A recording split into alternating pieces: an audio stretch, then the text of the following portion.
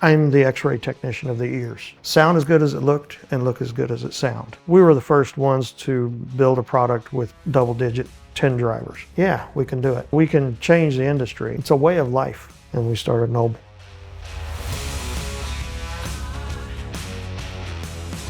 Hello, I'm Dr. John. The Wizard is my nickname that was given to me on Head-Fi. If you're an enthusiast, you'll know what Head-Fi is. Been in the business now for commercially a little over a decade, but I've been involved at some form of capacity over 15 years. Presently, I'm in Dubai at Dr.Head's location here in Dubai, and I must say I'm very impressed.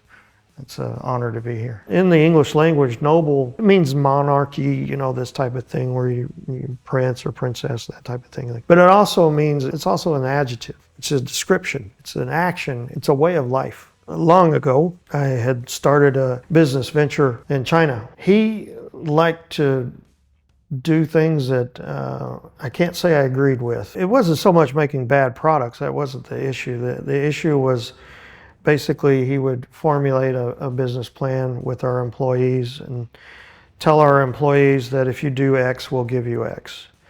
And then he would find ways to not do his end of the bargain. He would explain to me what he had done and how smart he thought this was. The problem was I worked with the employees every day.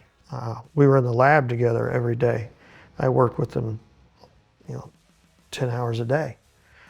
And I call these people friends. That's just not me. I don't like to harm people, whether physically or psychologically or financially. That's just not how I'm designed. And so I was actually sanding. When you're building products, you have to do a lot of sanding, and I'm sanding with a Dremel. And I was thinking about this situation I was in, that I'm going to be working side by side with people that are not going to be pleased with the maneuver that's going to happen. And I was thinking about the situation, and I thought, this is not noble. And then I thought, that's the name. I'm going to start another company. I'll leave this situation, and that next company will be called Noble. And I approached the team that I worked with, and they said, we want to build for you. And everybody left, and we started another company, and we started Noble. To say how it all began, I would say it just started from my childhood on up. I have memories of my father. He bought a stereo system. I believe the receiver was a Fisher, but I do know that the cabinet was a Fisher as well. It had 12-inch cones, and I thought that was just huge. And it had wood veneer, and I was just fascinated with it. It had a Toshiba round table, and we would listen to that for hours, and we listened to John Denver and Doc Watson and ABBA and the Bee Gees. That was probably my first exposure to quality sound. I was probably 7 or 8 years old, and my dad was really proud of that system. So my first exposure, I guess, was home audio. And then as I got older and cars became a thing, I started getting into car audio, and that was in the 80s. And at that time period, car audio was like really a big thing, and they had car competitions and, how loud you could get and all that stuff. But I started installing car stereos when I was age 14.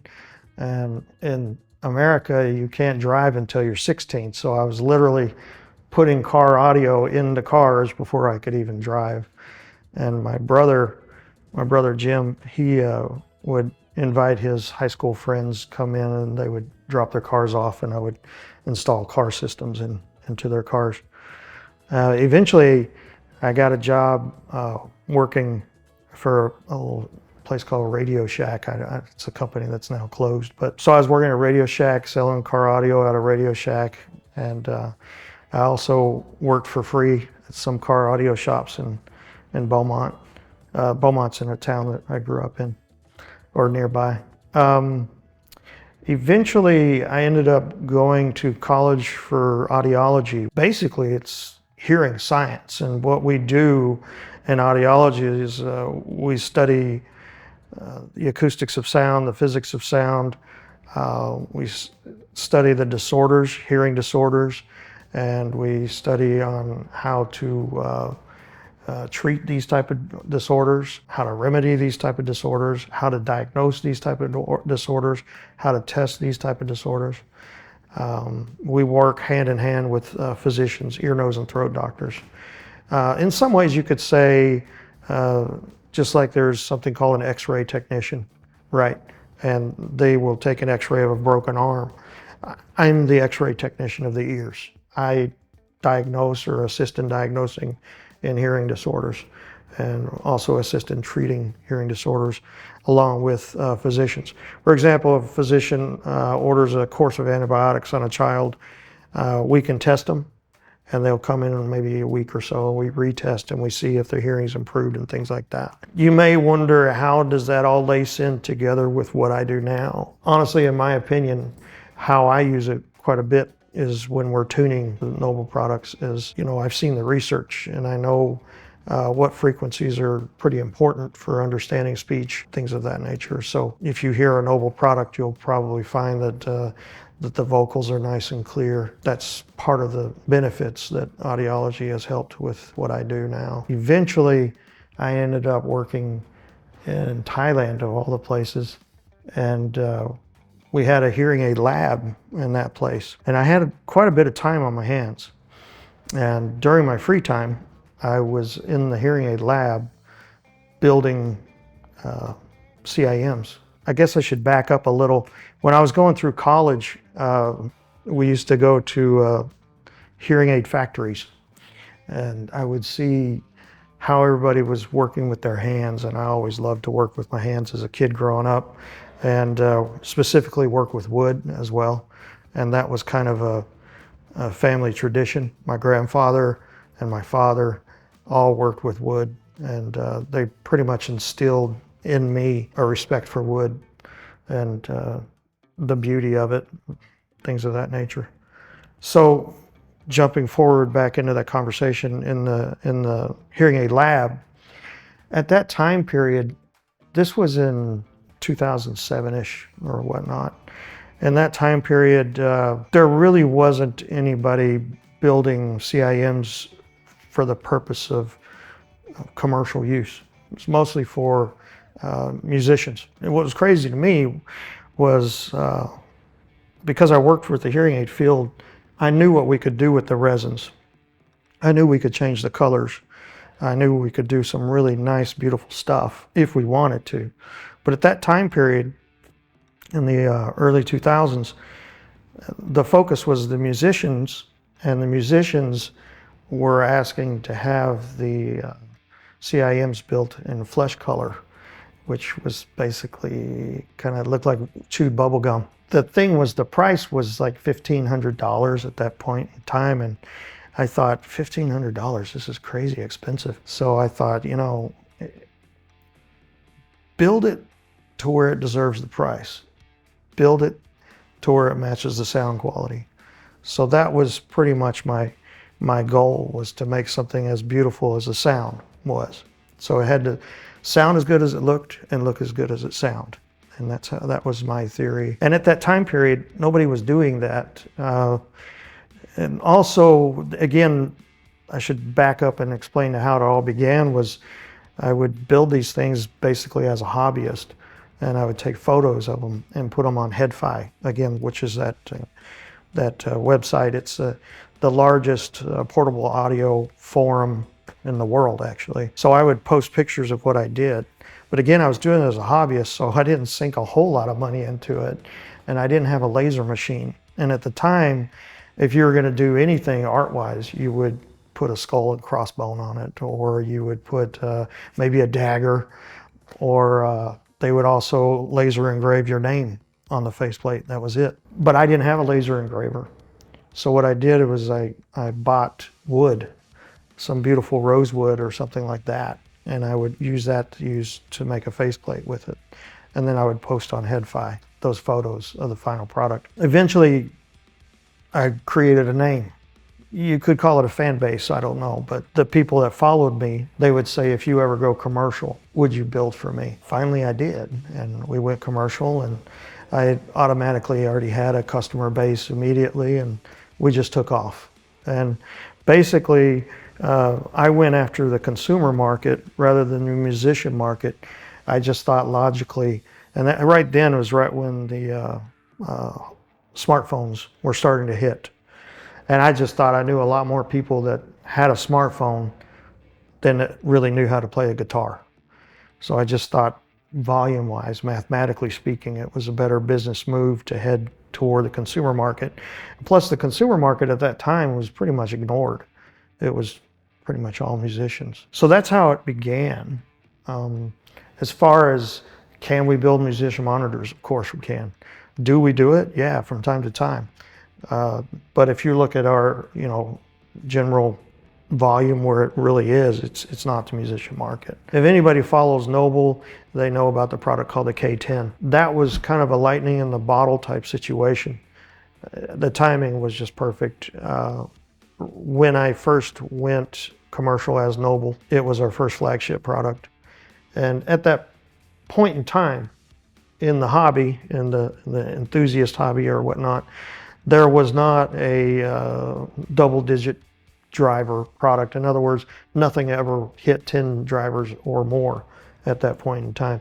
So we were the first ones to build a product with double-digit 10 drivers. So that got a big bang. It caught a lot of interest right away. And also the package was pretty small. The actual IEM housing itself was pretty small considering it was 10 drivers. And it sounded really good. Initially we offered CIMs, custom in-ear monitors. Then we moved into, and that's all wired of course. And then we moved into IEMs, which is a universal fit. We offer the CIMs in what we call a prestige product line if you want. That's where we take a block of solid material and we CNC it in-house usually. And it could be wood, it could be resin, it could be a combination of wood and resin or other types of materials. The product itself is very beautiful. We do that with the CIMs. We also do that with IEMs as well. You can get a prestige product as well. So that's our wired section. And in that wired section, there's several, grades of quality or bundles, if you will. You can actually get let's say you did rosewood, IEM made out of rosewood. You can get a IEM made out of rosewood and a cable that actually made with the rosewood as well. And then there's also another bundle now. It's a third tier bundle, if you will, or a 3-part bundle. It's actually we make a pen out of the same material. So a writing pen could be a ballpoint or a rosewood. So that's all handmade. So you're going to get the IEM that's handcrafted. Of course, we have to CNC you initially, but after that it's hand finished. Cable itself is all handmade. The pen itself is handmade as well. So the cool thing is that all three materials will all match up. So that's the highest echelon we have right now. And again, you can get different echelons. You can just get a prestige IEM where all you worry about is the material, the housing, and not worry about the cable or the pen or whatever. So that's levels within. That's our wired. Then, so we did wired for quite a long time, but so we started in 2014. Wow, I'm surprised 4 years later we started with our TWS, which to me seems pretty fast, but it felt a lot longer than that. We started our TWS in 2018. First product was, I believe that was called the Falcon. That was a surprisingly big hit in Japan. So we realized we were onto something. And then we started branching out and started making a more of a boutique level IEM at higher price points. At the time period, we just felt that if we put better hardware into it, better drivers or whatnot, we could create a better sound than what was already out there. Nobody was really doing that. That's how we got our foot into the door. It's not easy getting into the TWS area because of how much competition there is now. So that's what we did, is we focused on, one, again, the look, the shape, the style, but we also heavily focused on the sound. Talk a little bit more about our TWS product line. We have something called the FoKus Prestige. Interesting thing about that was, as people know Noble, they think that we should implement a lot of art, and if so, wood. People in Japan were saying if you would build one out of complete wood, we would buy. Could you please do that? We thought about it, and yeah, we can do it. We took an existing product and we improved it. We actually had to change the topography of the faceplate as well in order to do it. And a lot of people feel that it's one of our best products. That being said, some people feel that the Triumph actually sounds better. So it's really about the type of sound quality somebody's looking for. We got to use the XMEMS driver, and that's kind of a new thing on the market today in the industry, is the XMEM technology. We also combine that with a dynamic driver, and we think we got a really good sound out of that. We bought the driver separate and we bought the dynamic driver separate, and we created the PCB board to run it, and the batteries all separate. So that's the Triumph. It wasn't a cookie cutter type design. It was in-house. The Triumph's going to have a more visceral lower end, good bass. Most of our TWS's bass response will be more robust than our IEM wired line, and that's because we believe that TWS's are going to be used more so on outside, such as being in trains or buses, and where there's a lot of noise and the bass can be drowned out. So we give it a little extra pinch. That being said, you can always go to the application, and EQ it yourself and trim it however you want. So now we're into the Apollo, which is a Bluetooth headphone, but it's wired or wireless. And that's the cool thing, is if you have a nice amp that you want to run with it, not a problem. You can go wired, but you can also run Bluetooth. It's light. The battery life is 80 hours without ANC and 60 hours with ANC. Another interesting feature about it is it's a dual driver type product. In other words, it has a dynamic driver that handles your sub and your mid bass, and then we have a 14.5 planar inside of it. So basically you have the dynamic driver here, you have the planar on top. It'll handle the highs, and it gives you quite the unique sound. Will everything go wireless 100%? I kind of don't think so. Most people in the industry feel like we're going to have a division much like we have with nylon, what do we call it? Vinyl. So you have the vinyl enthusiasts, they just got to have a turntable and got to be retro, right? And then you're going to have another sect that are wireless. Very well could, what you see is the wired product line just keep getting more and more expensive for the enthusiast, and then the wireless will get better and better. But in my opinion, every time you have an advancement in wired, you might have an advancement in wireless, but they're always advancing, right? So I don't think you're going to have a direct neck to neck even. Yeah, I don't think it'll ever happen. So Noble is fairly well known for using unique materials. Some materials that you wouldn't even think of, and that's what I kind of pride myself on, is using materials that are unique in itself, and in some ways you wouldn't even have thought of it as being beautiful. Some examples of that was, well, of course, using wood. What I would do initially is I would go to the night market and I would buy a jewelry box, and I'd pull it apart because it had some nice cherry wood. And I would pull apart the jewelry box and use the wood that the jewelry box. Sometimes I would use salad spoons. And in Thailand, it's quite popular to use fancy wood for salad spoons. And so I'd take that salad spoon and I'd sand it down and make faceplates out of it. But those are some of the examples. Some of the crazier things is a PCB board. We took a PCB board out of like a calculator and cut it up and turned it into a faceplate for CIMs. Sometimes we get requests for personalized faceplates, if you will. And one of the most touching one was a guy asked me to build a faceplate in the remembrance of his daughter that had passed away. And he said she loved Kermit the Frog. And so what we did was made a specialized sticker with the palm print of a frog, and I love you on the other side. Yeah.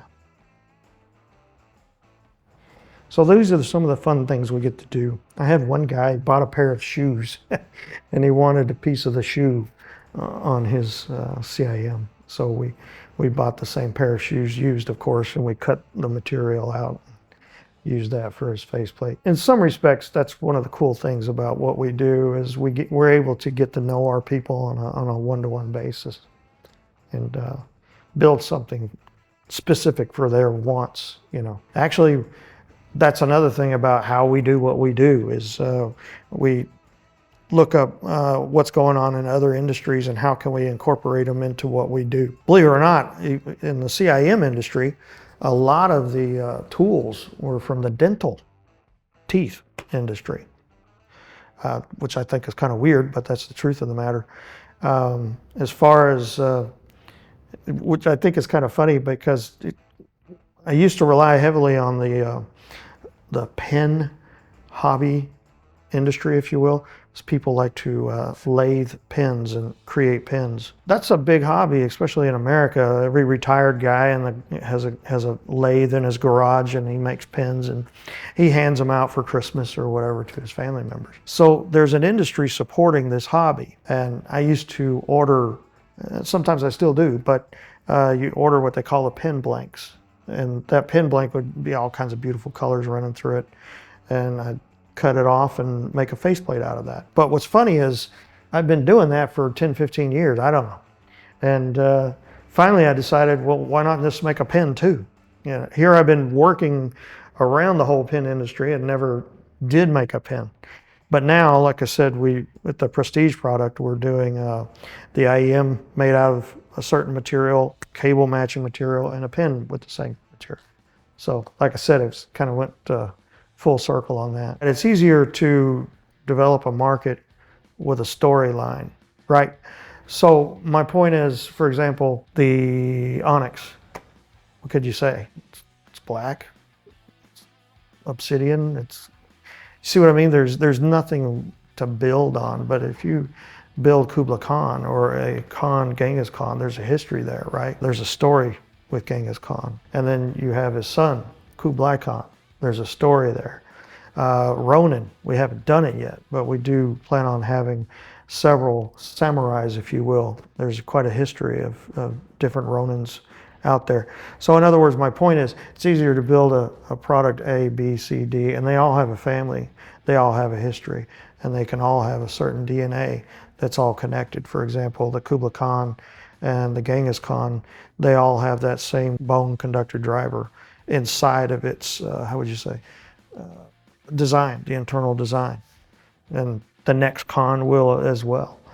So they'll always share some DNA involved. So these are some of the fun things that we do when you ask about your names and inspiration and things. We just look at cultural things and things that are in trend and things that have a history. One that I recently built was called the Jade, and that one I named after my daughter. She was the inspiration for that product. Love her to death, but she's a budding star in my opinion, and I often say that she thinks of me as her hero, and the truth be known, she's mine. And she gets on stage and sings, and she doesn't fear anything. And for me, I get stage fright, and there's no way I could do what she does. So I have a tremendous love and respect for her, and so I named one of my products after my daughter. So basically, that's it. We look at things that have meaning to us because the company itself means a lot to us as well. Usually when I fly to America, which is not often, I think I've been home 5 times in 15 years, but we cut through Dubai, and my last layover was, I think, 10 hours in the Dubai airport. So that's pretty much my experience at Dubai, as being at the airport. So this is the first time I've really been able to get out and about, and really working with Dr.Head, because I'm in Asia, I live in Thailand, as I've said before, I really haven't had a whole lot of hand-in-hand getting to know Dr.Head as a group. And I have to say, I am very impressed. This is like I said, my first trip to Dubai, first trip to see this facility, and very impressed. And I look forward to growing here along with Dr.Head. And we can think of various projects to grow together. I'm very happy to do that. and I'm only 7 hours away, flight time. The other thing about Dr.Head as a facility is there's plenty of places to listen. It's well designed, well laid out, and there's going to be individual rooms where you can sit down in a quiet setting and really, I don't know if the word is digest, but you can really get a good moment with the products and listen to them and understand what they can do. And of course you can come try the Noble product line. I'm very partial to the Apollo that we've just launched, and I would encourage you to try it out with the wired and wireless version. It's been quite an eye-opener for us. Yeah. You know, we listen to our customer base, we look at what the demands are, and we maneuver according to those types of demands. Basically, we search the net quite a bit, and we listen to what people are asking for. And sometimes we think we know what they want before they tell us. We try to get out there and set trends, if you will. So we can change the industry, and we've done it, and quite possibly we may do that again. Don't know, but it's a crystal ball thing. But yeah, we hope to be stronger, larger in this industry. Yeah, for sure. Honestly, I feel lucky for every customer that we get, and every fan that I meet makes me want to work harder, just because I want to, how would you say, deserve their loyalty. Yeah.